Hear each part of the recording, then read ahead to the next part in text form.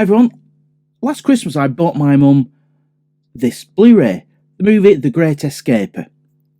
Couldn't get it on Amazon, so I actually bought it from the fantastic HMV store in Liverpool city centre. Support your local HMVs, they're really good stores. Anyway, I borrowed it after Christmas, after she'd watched it.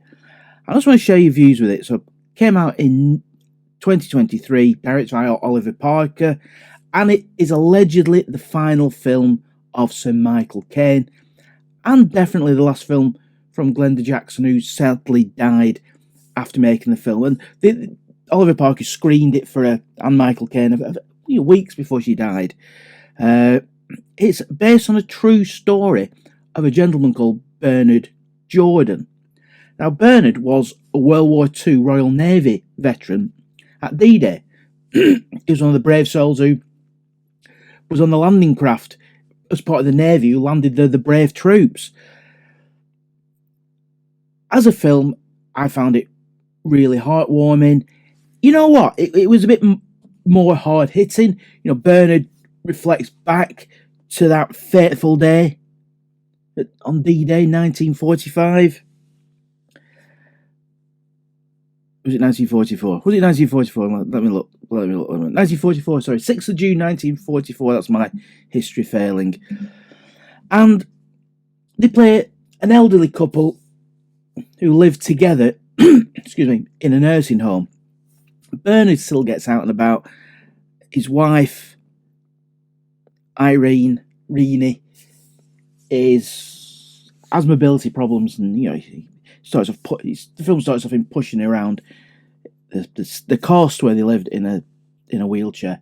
Anyway, they agree secretly that he can go and remember his fallen comrades on the then 70th anniversary of the D-Day landings. And this is a true, based on a true story.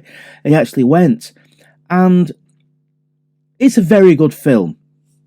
It trots along quite nicely. It's 96 minutes, so it's not a long film. It tells a lot of story in that 90 minutes, and a simple story about... Now, the trailer really is about him absconding and going to D-Day, but the film's not really about that. It's about long-term problems that servicemen and women have. PTSD. He's an old guy, and the war's still affecting him. It's more hard hitting than I ever imagined. The film. It is excellent. So he goes to France, and he meets American service personnel, British service personnel, and German service personnel, and it is quite an emotional film. Moved me anyway. Don't take me much to get a bit of grit in the corner of my eye watching a movie. But it does teach us a lot about the sacrifice, the real sacrifice that young people made for our freedom in World War II and subsequent conflicts. It features service personnel who served in characters who served in Afghanistan. It's a BBC film. All filmed in the UK. Even Friend Spirits are filmed in the UK, I believe, because of COVID restrictions at the time. And it's a real heartwarmer. It really is. The dynamics of an elderly married couple, reminiscing, and Glenda Jackson appears to be very frail and plays a frail old lady. Don't forget, Glenda Jackson was a powerhouse actor, and she actually gave it up to be an MP. She was a Labour MP for years, and whatever you think of her politics, she was an MP for quite some time. And Michael Caine, screen legend, always easy to watch, and it's an excellent performance from Caine as well as Jackson. I think Jackson steals the show, even though the film's not really. She's not the central character. It's about Caine's journey. But I think, she gives a final powerhouse performance, and it's it is testament. And you know, how old was she when she passed away?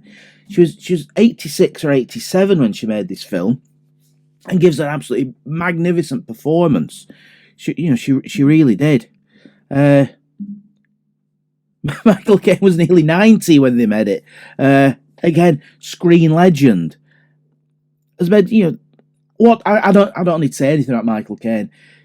He cannot do any wrong in my eyes, including The Swarm, and Jaws the Revenge, which he said, terrible movie, but it bought me a lovely house.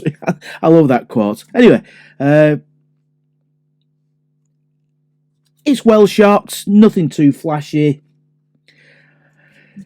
The colour palette, you know, is quite warm for the domestic settings and goes cooler when they go to France. And the actors that they get to play the younger versions of themselves when they're reminiscing do a really good job as well. You know, you could be looking at a young Glenda Jackson or a young Michael Caine or Maurice Micklewhite, as he was called at the time. So if you like a good old-fashioned, heartwarming romp, this is the film for you. 12 certificate, infrequent strong language, moderate sex references. I wouldn't have any problems with a child watching this. You know what? They probably learned something about, you know, the sacrifice young people made. And most people who went to war in the Second World War were young people in the prime of their life, and many sadly didn't come back. And it reflects both sides. You know, many sadly didn't come back from the German side. I mean, we can't forget that. There's another film that I've not seen, and it's on my list of things to watch, called The Last Rifleman. That's an Irish soldier that does the same thing, and Pierce Brosnan. I think Pierce Brosnan's probably a bit too young to be portraying a World War II veteran, but we love Pierce Brosnan as well, so I'd like to check that out. So there you go, 2023's The Great Escaper. If you like British films, watch it. If you like World War II films, watch it. You know, the war sequences are really well done.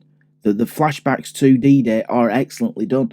Quite a low budget film. I'm looking £2.8 million budget.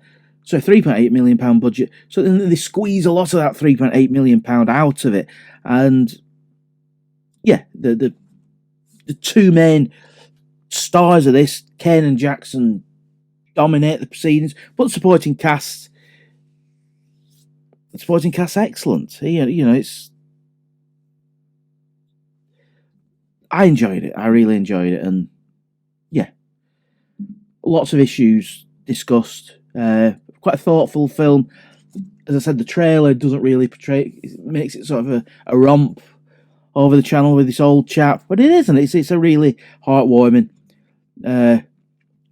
film without being too sentimental, patriotic. It does, you know, look at both sides of a terrible conflict that was World War II.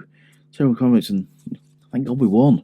What would the world have been like if we hadn't have done, and people hadn't have sacrificed? Made the ultimate sacrifice. So yeah,